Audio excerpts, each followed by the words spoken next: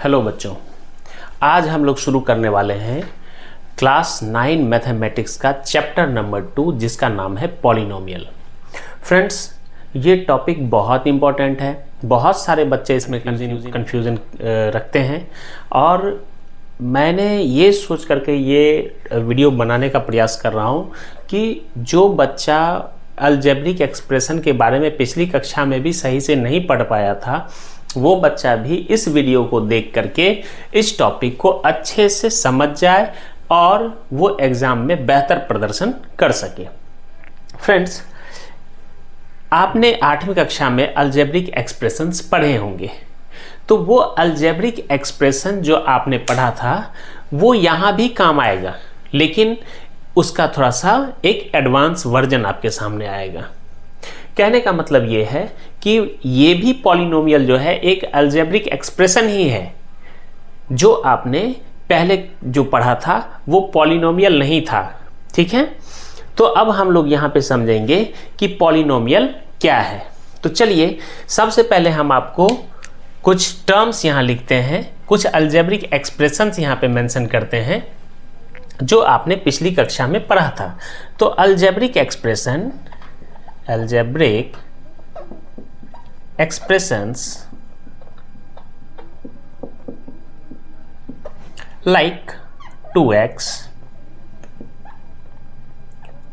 2x square, 3x plus 1 etc. आपने इस type के अलजेब्रिक एक्सप्रेशंस पिछली कक्षा में पढ़े थे। तो अब जो है जो आप पढ़ने वाले हैं वो इससे कुछ डिफरेंट होगा, ठीक है। लेकिन अब यहाँ पे हम लोग समझेंगे कि ये क्या है। क्यों? कुछ बच्चे अगर पिछली कक्षा में सही से पढ़ाई नहीं कर पाए हैं तो यहाँ वो समझ जाएंगे कि ये अलजेब्रिक एक्सप्रेशन किन किन चीज़ों से मिलकर बना है। तो चलिए हम यहाँ पे लिखते हैं 2x। तो यहाँ पे आप अगर देखेंगे ध्यान से तो आपको एक मिलेगा 2 और दूसरा है यहाँ पे x।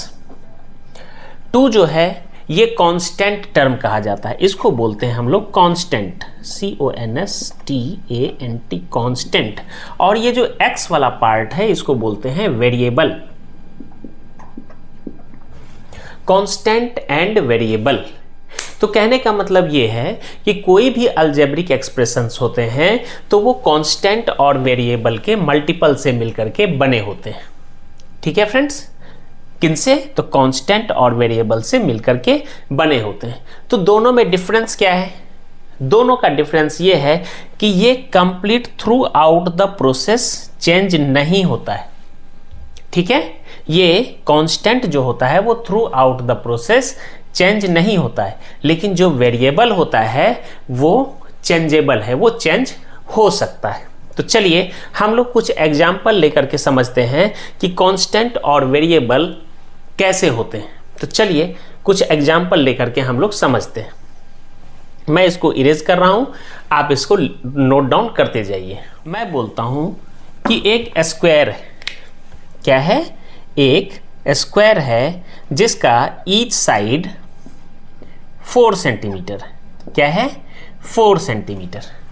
मैंने कहा कि आप इसका सरकमफ्रेंस बताइए, पेरीमीटर। मैंने कहा कि आप इस स्क्वायर का पेरीमीटर बताओ।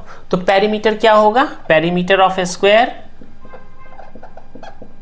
पेरीमीटर क्या होगा? तो हमने देखा कि 4 साइड्स हैं, ठीक है। कितने साइड्स? 4 साइड्स। और ईच साइड क्या है? 4 सेंटीमीटर। चलिए हम थोड़ा, आपका कंफ्यूजन हो जाएगा 4 4 दोनों देख करके, हम इसको चेंज करते हैं, हम इसका रखते हैं 3। क्या रखा हमने? 3। तो पेरीमीटर हमने पूछा कि आप बताओ इस स्क्वायर का पेरीमीटर क्या होगा। तो पेरीमीटर का स्क्वायर क्या होता है? 4 मल्टीप्लाई साइड, 4 मल्टीप्लाई साइड। तो हमने देखा कि 4 साइड हैं और एक साइड कितने सेंटीमीटर का है? 3 सेंटीमीटर का है, ठीक है। तो हो गया 12 सेंटीमीटर। अब मैं बोलता हूं कि एक स्क्वायर है जिसका ईच साइड 5 सेंटीमीटर है। हमने कहा पेरीमीटर बताओ, पेरीमीटर निकालो। तो क्या होगा, साइड्स कितने हैं 4 और ईच साइड कितने का है 5। आप मुझे ये बताओ, क्या ये साइड्स दोनों ही स्क्वायर में क्या चेंज हुए? नहीं, लेकिन साइड का जो लेंथ है अगर आप देखेंगे तो यहाँ 3 सेंटीमीटर, यहाँ 5 सेंटीमीटर, किसी स्क्वायर का 6 सेंटीमीटर, कुछ भी हो सकता है। तो कहने का मतलब ये है कि ये 4 जो है वो कांस्टेंट पार्ट है और ये 3 जो है वो वेरिएबल है। 4 कांस्टेंट, 5 इज वेरिएबल। समझ में आया फ्रेंड्स? तो यहाँ हो गया 4 5 जा 20 सेंटीमीटर। तो अब आपको कांस्टेंट टर्म क्या है, वेरिएबल टर्म क्या है, ये आपको थोड़ा बहुत आइडिया लगा होगा। एक एग्जांपल और हम लोग लेते हैं, सरकमफेरेंस निकालना है। हमने कहा कि ये सर्कल का सरकमफेरेंस आप निकालो। तो सरकमफेरेंस का क्या होता है फॉर्मूला, 2πr। अब मुझे ये बताइए कि इसका रेडियस अगर मैं मान के चलता हूं कि 2 सेंटीमीटर, ठीक है 2 सेंटीमीटर, और एक दूसरा सर्कल है जिसका रेडियस 3 सेंटीमीटर। अब बताओ इसका सरकमफेरेंस, इस सर्कल का सरकमफेरेंस और इस सर्कल का सरकमफेरेंस क्या सेम होगा? नहीं। क्यों? क्योंकि यहाँ पे रेडियस 2 सेंटीमीटर है, यहाँ रेडियस 3 सेंटीमीटर है। तो रेडियस चेंज होते ही सरकमफेरेंस बदल जाएगा। क्यों? देखिए 2 तो कांस्टेंट टर्म है, पाई भी कांस्टेंट टर्म है, रेडियस यहाँ 2 आ जाएगा, यहाँ रेडियस 3 आ जाएगा, ये दोनों तो कांस्टेंट है। तो इसके साथ 2 पाई के साथ 2 मल्टीप्लाई होते ही 4 पाई हो जाएगा और ये 3 2 जा 6 पाई हो जाएगा। तो रेडियस चेंज होते ही सरकमफेरेंस चेंज हो जाएगा। तो कहने का मतलब यहाँ पे कांस्टेंट टर्म क्या है, अगर आप देखेंगे तो कांस्टेंट टर्म है 2 एंड पाई, और जो आपका वेरिएबल पॉइंट है वो क्या है r, ठीक है। और साथ में सरकमफेरेंस, बिकॉज कि r चेंज होगा तो सरकमफेरेंस भी चेंज होगा।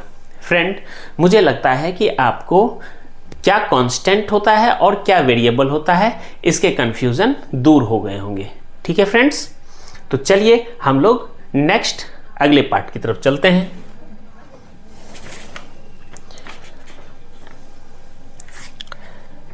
फ्रेंड्स, आपने जो पिछली बार पढ़े होंगे अलजेब्रिक एक्सप्रेशन पिछले क्लास में, अब उससे हम लोग कुछ अलग टाइप का अलजेब्रिक एक्सप्रेशन पढ़ेंगे।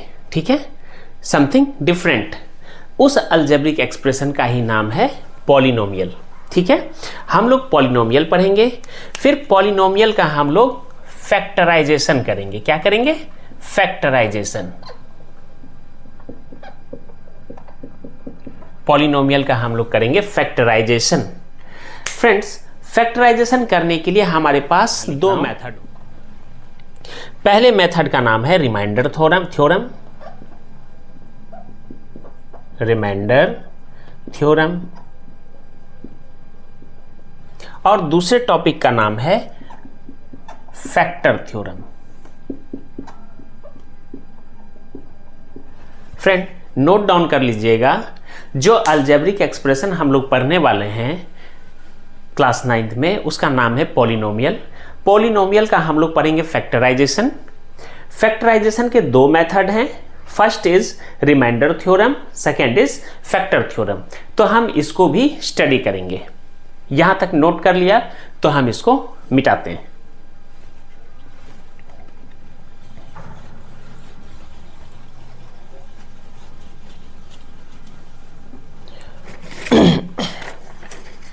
फ्रेंड्स, इसके साथ ही आपने कुछ अलजेब्रिक आइडेंटिटीज पढ़े होंगे। Algebraic identities. फ्रेंड्स, आपने अलजेब्रिक आइडेंटिटीज पढ़े होंगे, तो चलिए एक झलक उसकी भी ले लेते हैं कि कौन से अलजेब्रिक आइडेंटिटीज आपने पिछली क्लास में पढ़ा है। तो चलिए मैं लिख रहा हूं, जैसे x plus y whole square. तो इसका क्या होता है formula? X square plus 2xy plus y square. Friend, दूसरा अलजेब्रिक आइडेंटिटीज है x minus y whole square equal to x square minus 2xy plus y square. Friend, next algebraic identities है x square minus y square. X square minus y square का होता है x plus y into x minus y. Friend, ये पिछली कक्षा में पढ़े हुए अलजेब्रिक आइडेंटिटीज हैं जिसको आपने यूज किया था फैक्टराइजेशन में। तो हम लोग जो अभी फैक्टराइजेशन पढ़ेंगे पॉलिनोमियल का, तो हम लोग नई आइडेंटिटीज भी पढ़ेंगे साथ के साथ। तो ये आइडेंटिटीज आपके पिछली क्लास के थे और जो हम लोग अब पढ़ेंगे वो अब क्लास 9th के पॉलिनोमियल के फैक्टराइजेशन में हेल्प करेगा। ठीक है फ्रेंड्स, तो आज के लिए फ्रेंड इतना ही, और अगली क्लास में हम लोग इसके आगे का जो भी पार्ट है वो हम लोग कंटिन्यू करेंगे। अगर आपको वीडियो हेल्पफुल लगा हो तो हमारे चैनल को सब्सक्राइब कर लीजिए। Thank you.